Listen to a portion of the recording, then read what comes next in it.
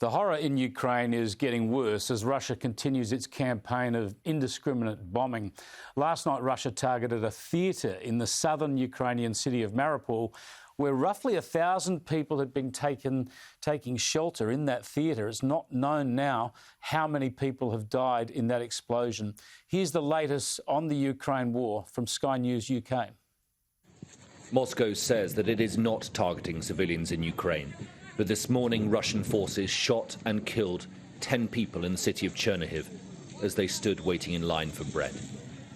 We have independently verified this video. We don't know what happened in the moments leading up to the attack, but nothing has emerged to suggest that this was anything other than murder in cold blood.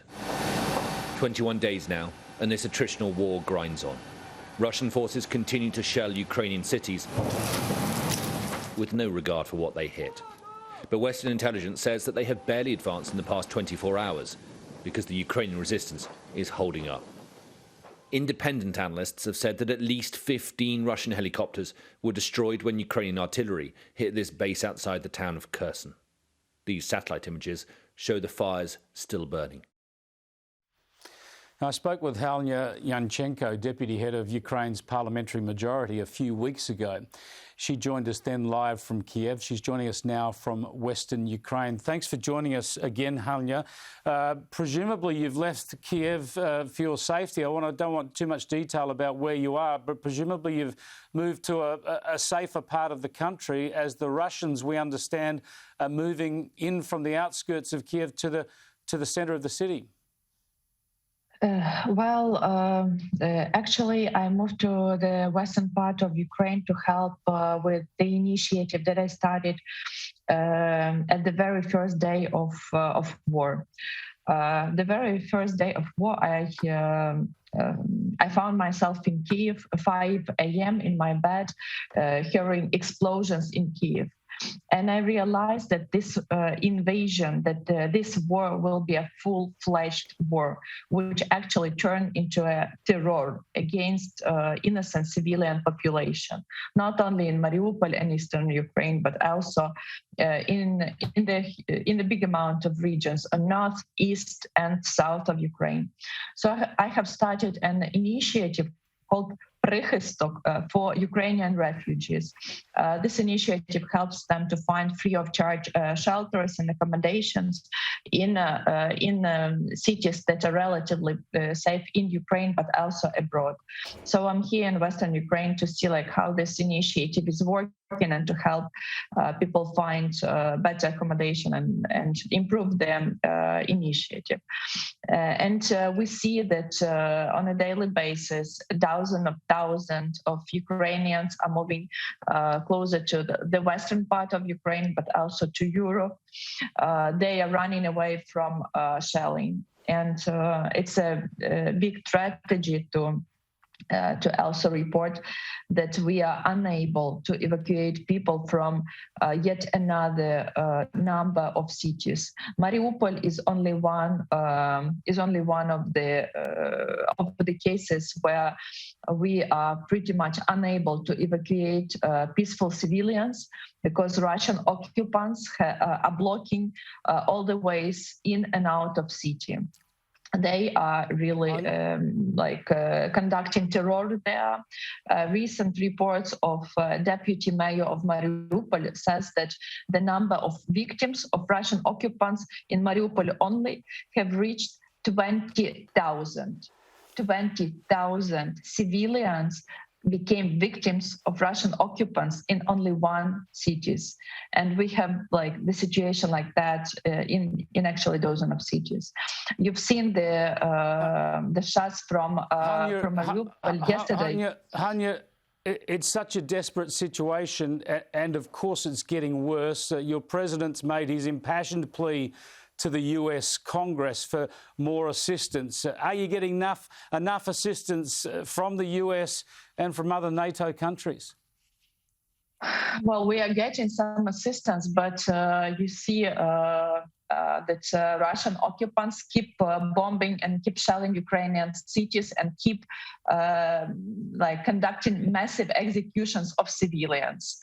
Russian troops are not fighting with Ukrainian army or Ukrainian military guys anymore. They are killing civilians.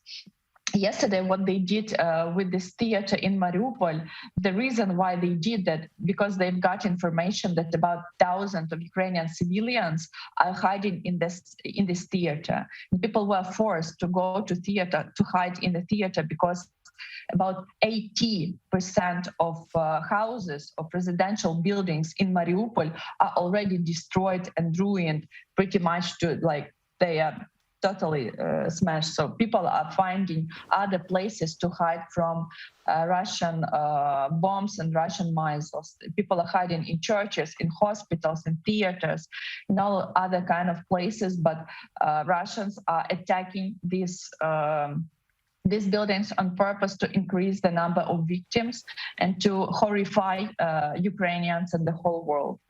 However, we will fight till the end, and we will never surrender. Well, you say you'll never surrender. This was my next question. With these horrors unfolding, with the might of the Russian army levied against you, with Vladimir Putin rattling the saber and talking up this issue and even threatening his own people for not supporting him in this, is there any point at which Volodymyr Zelensky would seek terms, would surrender to try and bring this to a conclusion? No, we will never surrender. It's really difficult to find the words to explain what is going on in Ukraine now.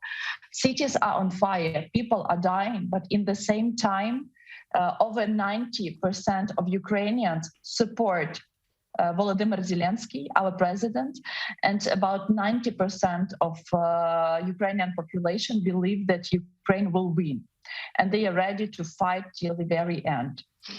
However, I should say that we can reach this victory with less victims among civilians if we get enough of military support from West, from Europe, from US, from Australia as well. Unfortunately, it takes weeks, not days, for Western leaders to provide this military support to Ukraine. And every day we are losing thousands of civilians, thousands of women and children who are being shot even in humanitarian corridors. Russians just start shooting at civilians because they feel they feel this is the only way, to make Ukrainians, feel fear. However, I believe that there is only one thing that makes Putin powerful. It's a fear in the eyes of Western leaders and Western politicians. He doesn't see this fear in eyes of Ukrainian politicians and in eyes of Ukrainians, and it makes him really nervous. But as I said, we will never surrender. We stay in our country and we will fight till the very end, till the very last soldier leaving our land, until the very last Russian tank which will leave our country. Thanks so much for joining us again, sharing your trauma with us, sharing with us your defiance and getting your message to the world. Thank you.